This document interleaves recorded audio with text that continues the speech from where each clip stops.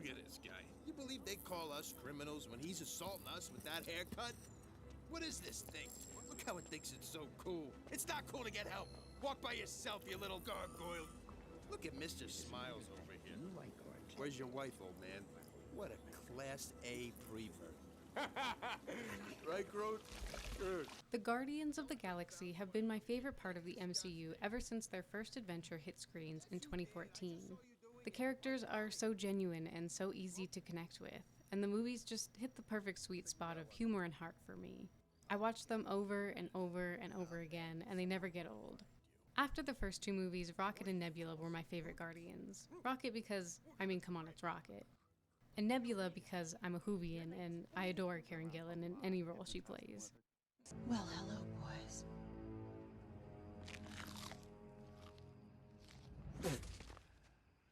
It's not ripe. But between 2017's Volume 2 and 2023's Volume 3, my relationship with these characters changed.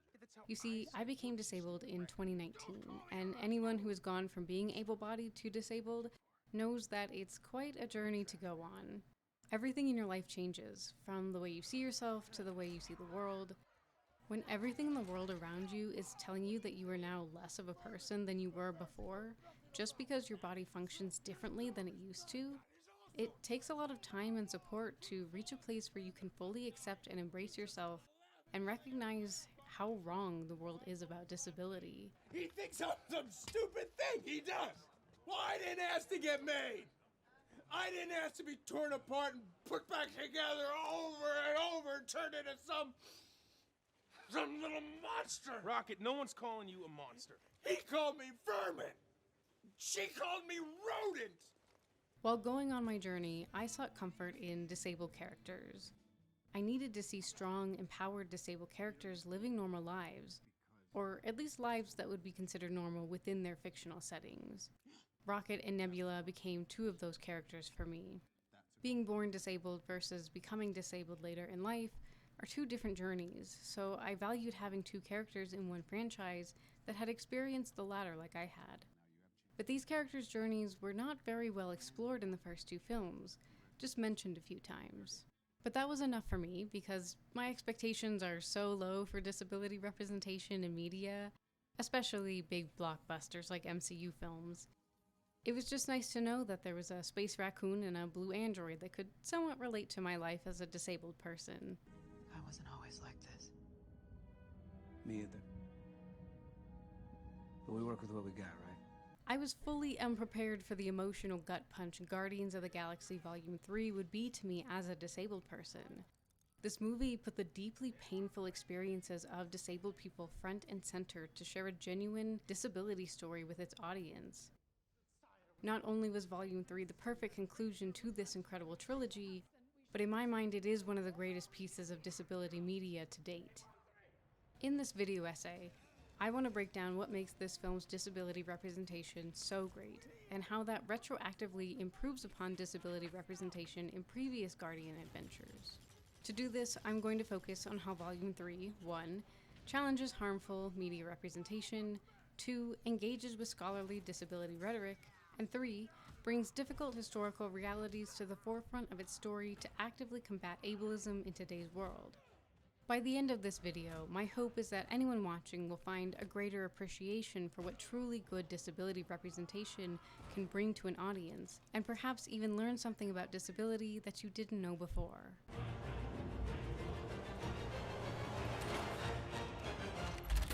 Oh, yeah.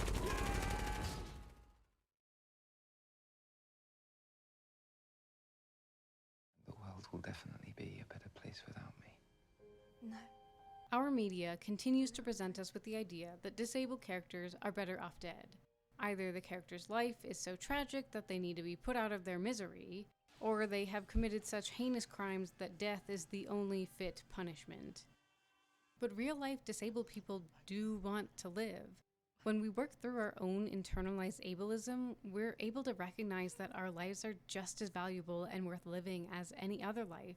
And we love our disabled lives, as long or as short as they may be.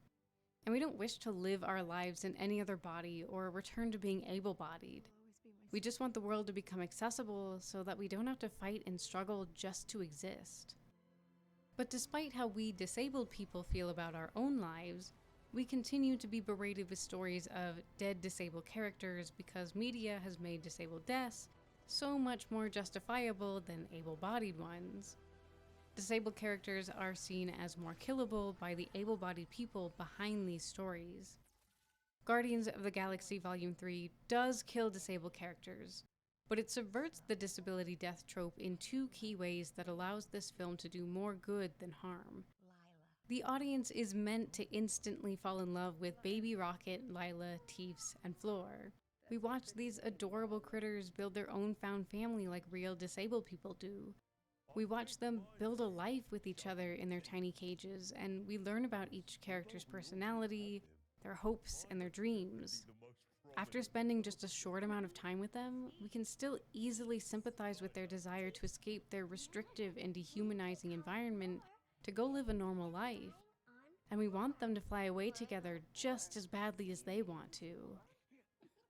So when Lila, Teefs, and Floor die, each death is more devastating than the last.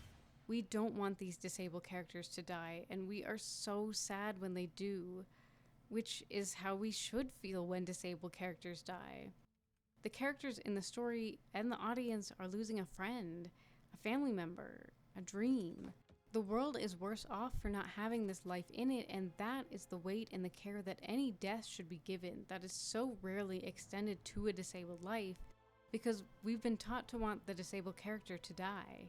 This story restores value to disabled lives through the hole that their deaths leave, and that is an important step for media like this to make.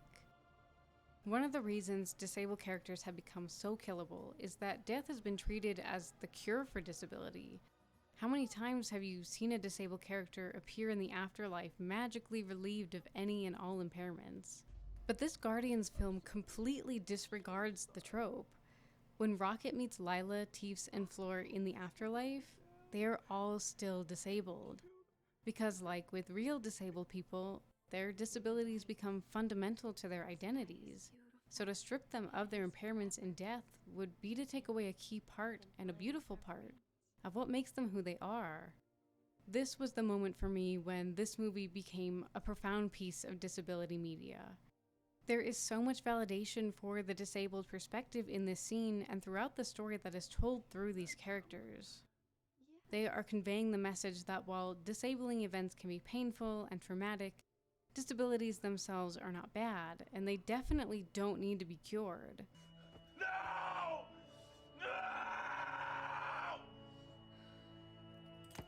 Quill. No! Quill. I'm not gonna lose him. He's gone. I'm not letting him go!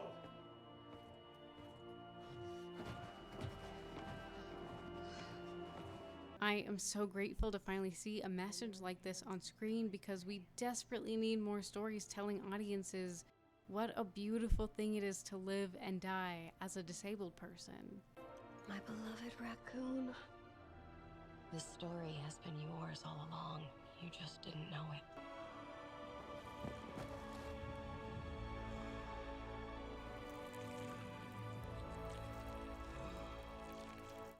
That dude there. I need his prosthetic leg. Additionally, the deep humanization of Volume 3 helps us understand disability-focused interactions in previous Guardians installments. Rocket's love for stealing prosthetics has been controversial for sure, but after watching Volume 3, it seems like Rocket's affinity for prosthetics is coming from a place of love for his friends. While it comes across as a dick move, acquiring these prosthetics may be more about remembering his friends than anything. Rocket is uniquely bonded to the disabled characters in the franchise through their shared experiences, and it's reminiscent of the way that disabled people have no problem joking about their disabilities amongst each other. In my mind, Rocket is a dick to everyone, so for him to change his behavior with other disabled people would be the more ableist option. You are very much allowed to dislike this particular interest of Rocket's, but I think the better understanding of Rocket's relationship to disability that we get from Volume 3 allows us to understand why Rocket does what he does, so we empathize with him instead of dislike him for it. Volume 3 also helps fill in the gaps about his relationship with Nebula during the blip and understand how they became so important to each other. Rocket had already lost his disabled family, and then he lost his Guardian's family after that. In a way, Nebula was all he had left of both of those families, and we can imagine how these two could relate to each other in a way that they just couldn't relate to the rest of the Guardians. Disabled found families are a real thing, and their relationship holds more weight after you understand all that Rocket lost. Additionally, the decision to not kill the two disabled Guardians in Infinity War was a huge subversion of the disability death trope, and it was a huge win to see them both survive to the end of the trilogy. Guardians knew how to kill its disabled characters and how not to kill them, and the way all of these characters were handled is to be commended.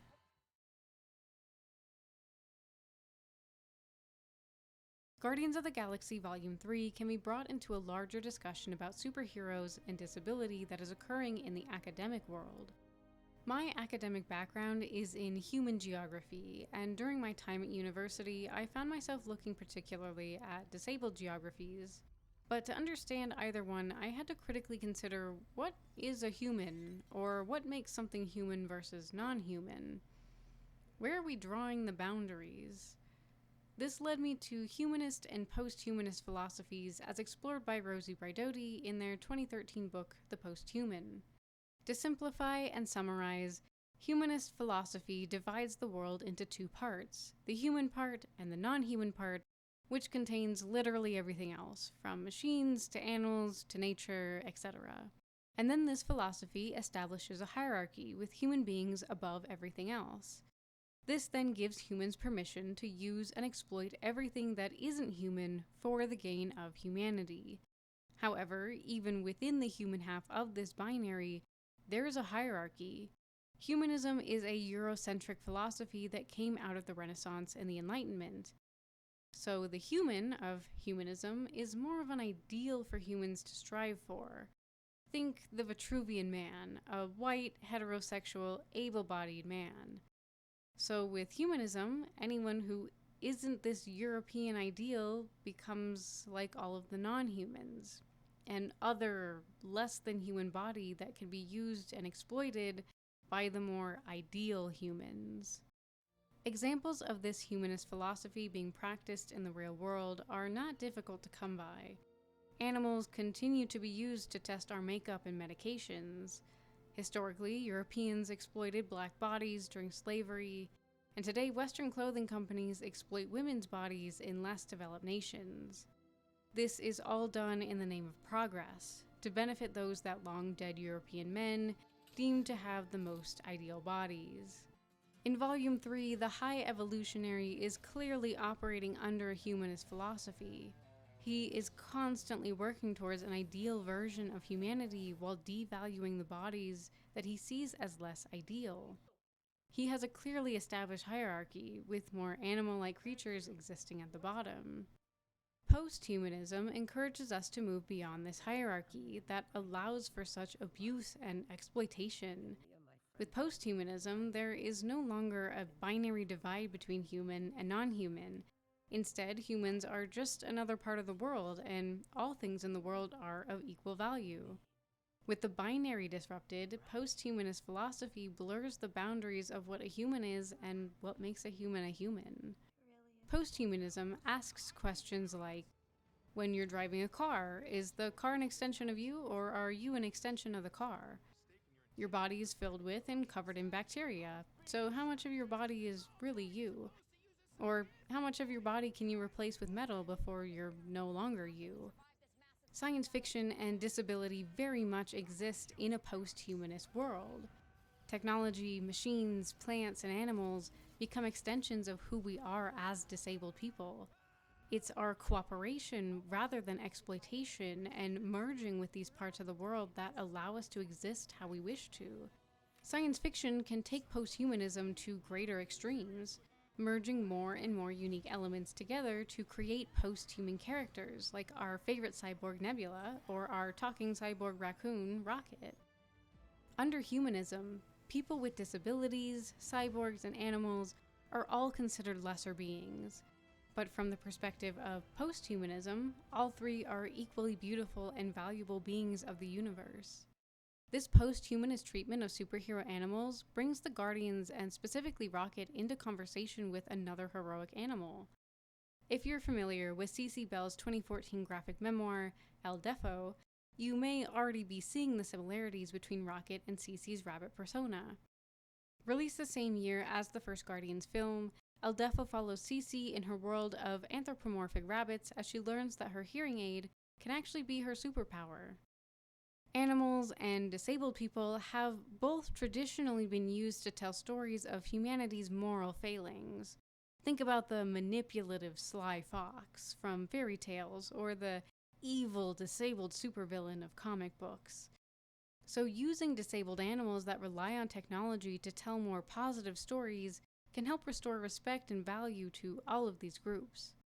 The posthumanism of El Defo was discussed at length in one of my favorite books, Uncanny Bodies, a book all about disability in the world of superheroes. I highly recommend this book to anyone who is interested in the topic, as well as death, disability, and the superhero, by the same author. The chapter on El Defo ends by saying C.C. Bell, quote, asks us to redefine what we understand by disability, encouraging a new conceptualization of the self and humanity, one that is post-human and inhabits a liminal space that dismantles the boundaries between human and animal, human and machine, able and disabled bodies. There is no such thing as an inherently different life experience for disabled and abled people, only social constructions of irreconcilable differences, end quote. Humanism remains the social construction that we live our lives by today. But like El Defo, Rocket Raccoon as well as Nebula work to deconstruct the dominant narrative and demonstrate to audiences that while each is unique, all lives are valuable and worthy of respect and should be treated as such.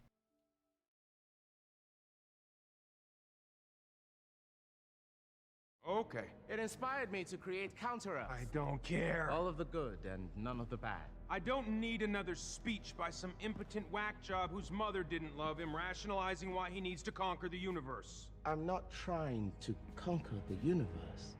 I'm perfecting it. But to fully understand the significance of the disability representation in Volume 3, we have to understand the painful history of eugenics in the Western world. Eugenics is the practice of systematically eliminating traits deemed undesirable from the human gene pool. What traits are deemed undesirable is decided by those with the power to eliminate them.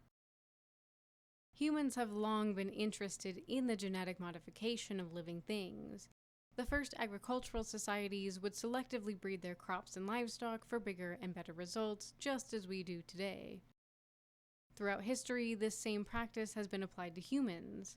In ancient Sparta, children deemed to possess less physical potential were left to die.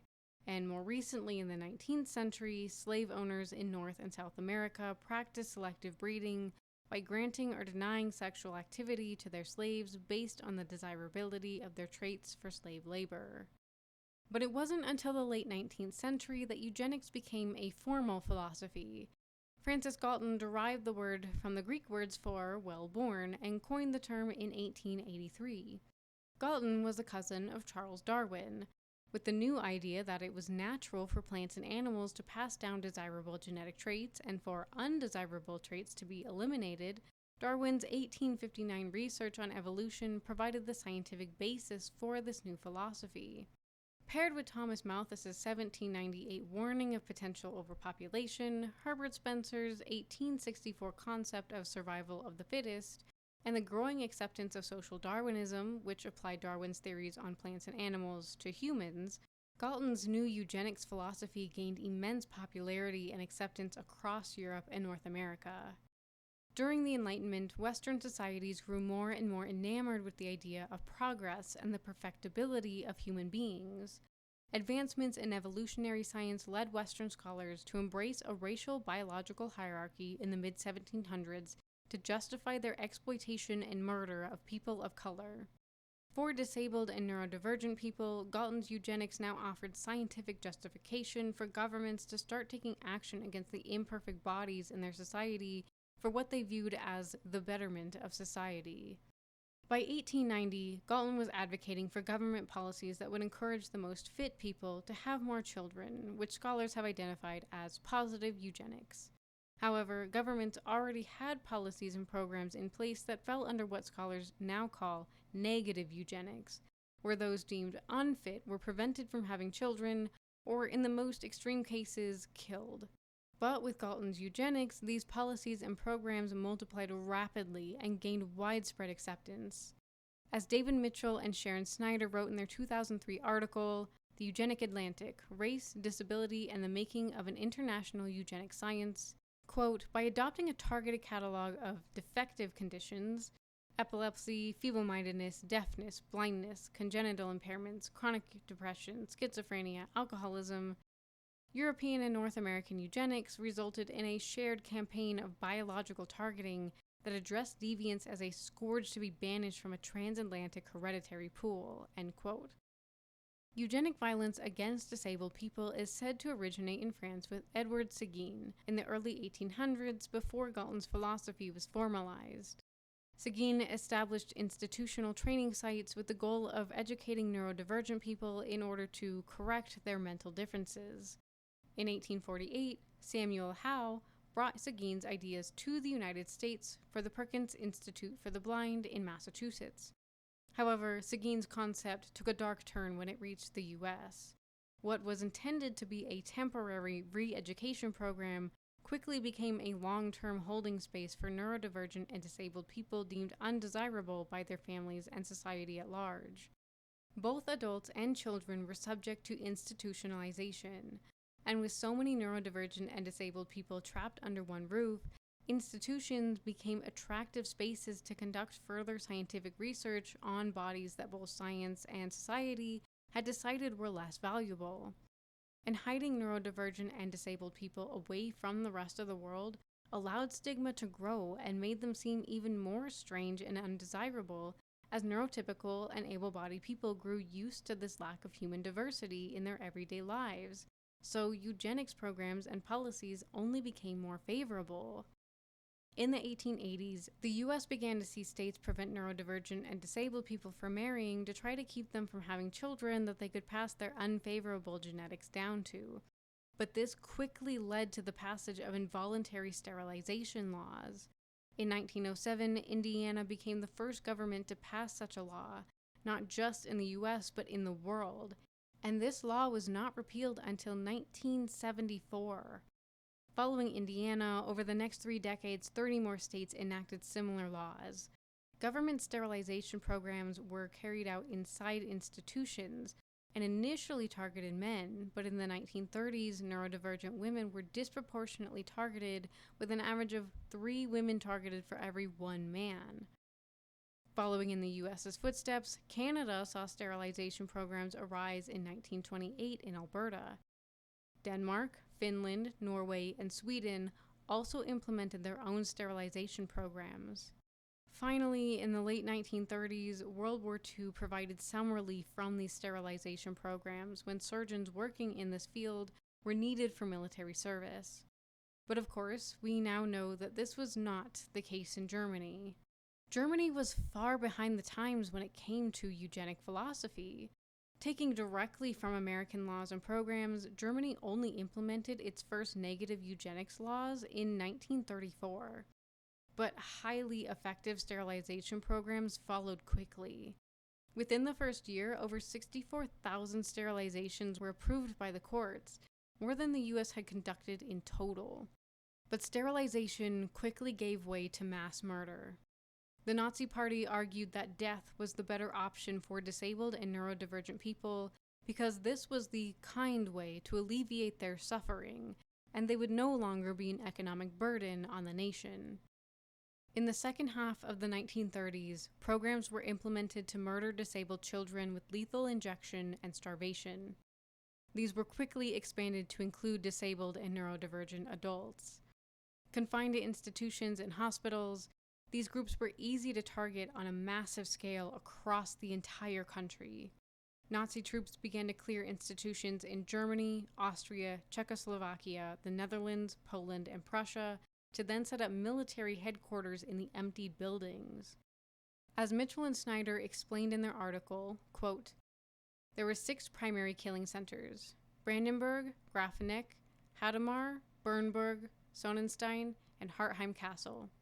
In each of these institutions, the Nazis constructed an elaborate technology of murder that included a processing procedure that falsified death records, a gas chamber for the efficient execution of many individuals at one time, an autopsy room for the advancement of medical knowledge and the lucrative extraction of gold teeth, a body stacking room, and finally, crematoria ovens," end quote. By 1945, over a third of all institution residents in Germany had been murdered. Eugenic violence against people with disabilities gave way to racial eugenic violence. For the US, this started with the Chinese Exclusion Act of 1882 and culminated in the Immigration Restriction Act of 1924. This act allowed many Northern and Western Europeans to immigrate to the US while severely limiting immigration from other regions with the goal of keeping the racial genetic makeup of the US more pure. This law was not fully overturned until 1965. After mastering the art of mass murder in psychiatric institutions, the German Nazis transferred the very same equipment and personnel to their new concentration camps to be used against Jewish, Romani, and queer people, and anyone else whose genes were undesirable to the Nazi Party. They also continued to kill disabled and neurodivergent people, and these killings did not end with the war. Germany returned to its old lethal injection and starvation methods for a period of time after the war.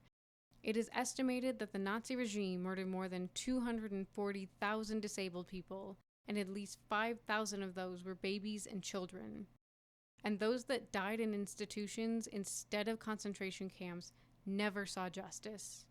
The physicians who carried out their murder were never prosecuted because ableism and eugenic ideologies were so entrenched in Western society that killing disabled and neurodivergent people was not considered a crime against humanity, but instead just a part of practicing medicine.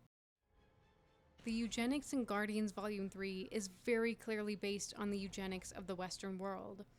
From institutionalization to scientific experimentation to individual murder and full-on genocide, this movie is not afraid to put the full horrors of eugenics on screen.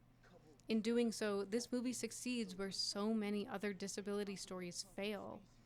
Disability has long been treated as a personal failing, both physical and moral, but in Volume 3, the source of disability is externalized.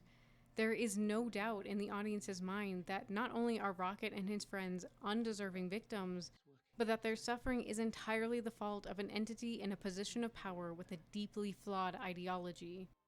The High Evolutionary created their impairments and maintains an ableist and disabling environment.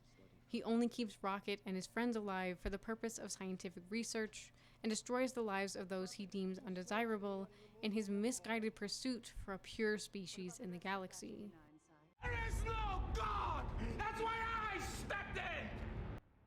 The history I have shared with you today, you don't learn in school, and likely will never encounter unless you find yourself as deep into the disability studies literature as I have found myself. Learning this history and sitting with it is uncomfortable and upsetting, but also absolutely necessary if disabled people are ever to become truly equal members of society. Guardians Volume 3 faces this history head-on and demands that its audience sit with a version of the story that is equally painful, disturbing, and grounded in historical reality. With its science fiction modifications, of course. What the High Evolutionary did to his creations are fully equivalent to what the Western world did to generations of disabled people. So most people may never learn about the history that inspired this story. But this movie is going to damn well make sure that everyone who watches it will learn the same lessons. That is why this movie is so critical as a piece of disability media. If we cannot reconcile with this history and learn from it, disabled people will never be equal and we will risk history repeating itself. This movie is actively working to educate its audience and move disability rights forward in a way that few others ever have. To me, that makes this movie, and retroactively the entire Guardians MCU story, one of the most important stories ever told. The name's Rocket. Rocket, Raccoon. But it's also critical to mention that eugenics didn't die with the Nazis. The time period from 1880 to 1945 has been given the name Old Eugenics by scholars. The popularity of these old eugenics practices quickly died after the horrors of the Holocaust came to light. Additionally, advancements in science showed that the original understanding of how genetics work was flawed, and the faulty science couldn't justify the practices anymore. The laws didn't completely disappear until the 1970s, but the application of them fell drastically after World War II. However, advancements in fertility treatments, prenatal testing, life-saving care, and euthanasia have now given way to a new era of eugenics that scholars are calling New Eugenics. Eugenics is now more in the hands of individuals than governments and institutions. Today, most able-bodied people still believe that disability lowers the quality of a person's life, and able-bodied people make decisions about disabled people based on this assumption. Let's start with fertility treatments. Disabled and neurodivergent people with genetically inheritable conditions may not even be permitted to become egg or sperm donors to begin with. Taking it a step further, methods like intrauterine insemination, IUI, or in vitro fertilization, IVF, can allow parents to choose donors with desirable genetics, a clear case of positive eugenics alive and well today. In rare and extreme cases, regulation gaps can allow a single individual to decide their own ideal genetics should be even further perpetuated beyond established limits, and use this faulty system to become the donor for hundreds of families. This kind of genetic takeover of a portion of the population only reinforces ableism and eugenics in our society and shares uncanny sentiments with Nazi master race ideology. After successful fertilization, assisted or not, prenatal testing allows a pregnant parent to test for genetic conditions in their unborn fetus. The goal of such testing is to help parents make informed reproductive choices, but the consequences have been disturbing. For example, the introduction of prenatal testing in Denmark was followed by a sudden, drastic decline in the number of children born with Down syndrome. In 2016, 137 pregnancies were diagnosed with Down syndrome and only 4 were born. And Denmark is not alone.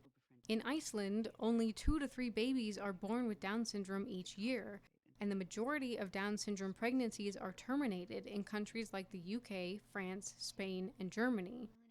This is absolutely not to say that parents shouldn't have full control over their bodies and reproductive choices, but parents should be able to make fully informed choices, and they can't do that if they have internalized the ableism of our society. And after the age of 35, the chances of birth defects increase dramatically. There's fragile X chromosome, there's Down syndrome. What's wrong with Down syndrome? What's wrong with Down syndrome? The majority of people with Down syndrome do not report having a lower quality of life. Down syndrome is not bad. It never has been, and it never will be, and the complete eradication of people with it would be an enormous loss. Uninformed parents are not the only proponents of new eugenics, though. Healthcare providers are also participants. The development of life-saving care for newborn infants comes with the ability to withhold that care. Medical professionals can choose what they feel is merciful, to let disabled infants die, rather than condemn them to what they see as a miserable life not worth living. According to Reinders et al. 2019 article titled The Quiet Progress of the New Eugenics, in reviewing the deaths of infants in neonatal intensive care units, or NICUs, American pediatricians found that from 1989 to 1999, 2/3 of the deaths in NICUs involved decisions to withhold or withdraw life-sustaining treatments. Death can be the intended result of medical decision-making at various stages of early human lives, whenever this outcome is preferred above a predicted future life of poor quality." End quote.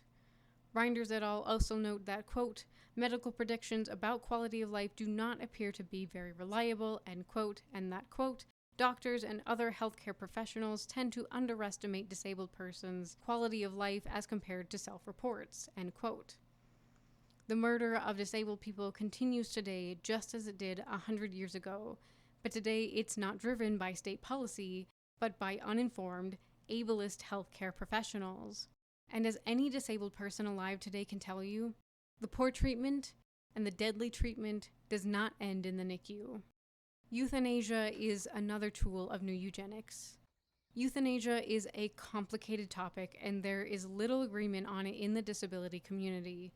It warrants its own video, so I won't go too much into it here, but it is necessary to note that studies show people with disabilities face a much lower barrier to accessing the right to die than able-bodied people.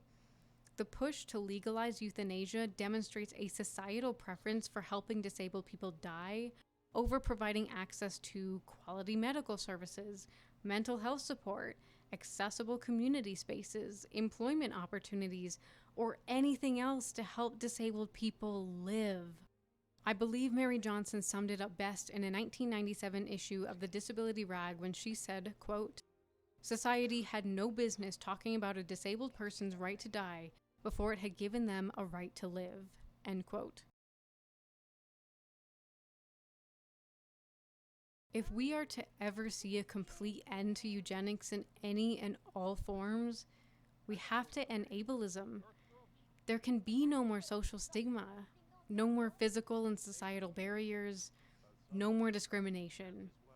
Disabled people must become fully equal in the eyes of every single person on this planet. And the way we can do that is to educate ourselves and those around us about disability and neurodivergence until we all understand that disability isn't bad and disabled lives are just as worth living as any other life. From this core understanding, we can start to address things like policy, environments, and institutions. The Guardians of the Galaxy films are actively contributing to this work, and in our day-to-day lives, we can reference characters like Rocket and Nebula to help connect with people and convey these anti-ableist ideas to them. Art like this can make significant contributions to disability rights dialogue that will hopefully, eventually, bring about the end of ableism and eugenics. So that means the work falls to each and every one of us to educate ourselves on disability. July is Disability Pride Month, so here's the homework I'm giving to you. Go watch more movies and television shows that move the disability narrative forward the way that Guardians of the Galaxy does. It's that simple. The more we expose ourselves to genuine representations of disability, the better we can understand the disabled members of our community and break down our internalized ableism. I'll leave a list in the description of media with good representation, and fortunately, we're getting more and more of it. If you're a Marvel fan, watch Hawkeye or Echo. If you're looking for something more family-friendly, watch The Bad Batch or the new Monster High show. Want something funny? How about Speechless or Everything's Gonna Be Okay? Want something deeper or more adult? How about Coda or Sex Education? Just choose one that you think you'll enjoy, sit back, and take in the story's message about disability. Small steps like these will add up to a world of difference for the disabled community. Thank you so much for watching until the end of my video. I have spent over 2 years now working on it, just because mentally it's difficult to sit with this topic, so it was hard to find the motivation to do the research on this really dark history, but the topic is super important. Just reading about it is a terrible time that I signed myself up for. I hope that my efforts were worth it and that you, my gentle viewer, feel like you learned something from this video. I would love to hear your thoughts in the comments section. I think it's super important that the disabled community and our collective society is having conversations about how ableism and eugenics are rearing their ugly heads right now. The world is notably different than when I started writing this essay 2 years ago and recorded it a year ago. We're much farther down this dark path with all the policies and programs that are going into place that just blatantly target people with disabilities. The autism registry is particularly concerning. Recently, I rewatched all of the X-Men movies and realized that there's actually a lot to talk about in terms of disability and modern day parallels that I think makes a really good follow-up to this Guardians essay. So I think that that's going to be the topic of my next video. School permitting, I'd like to release it before the end of the year. So, like and subscribe if you want to stick around for that one. But regardless, I really do appreciate you taking the time to watch this video and learn about disability rights. It matters and it will make a difference, even if that different future is really hard to see right now.